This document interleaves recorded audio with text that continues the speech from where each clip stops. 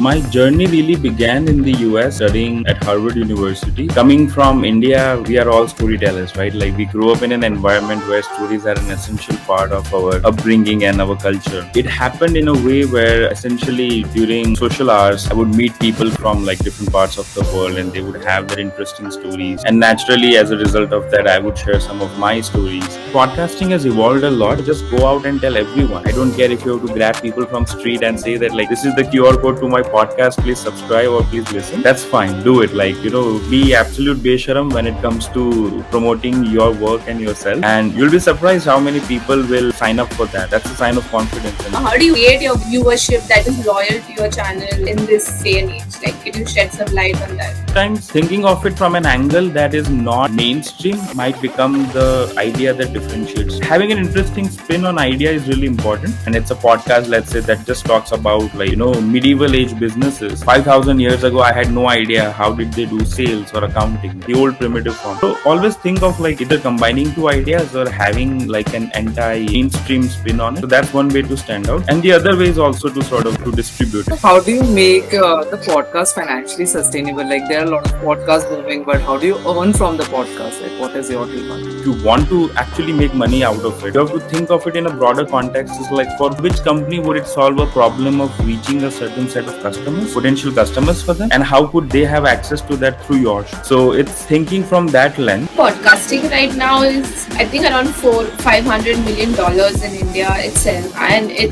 has a CAGR of 33% in India, and it's estimated to touch around $4 billion by 2033. So AI definitely is going to influence the whole universe of podcasting in very significant way.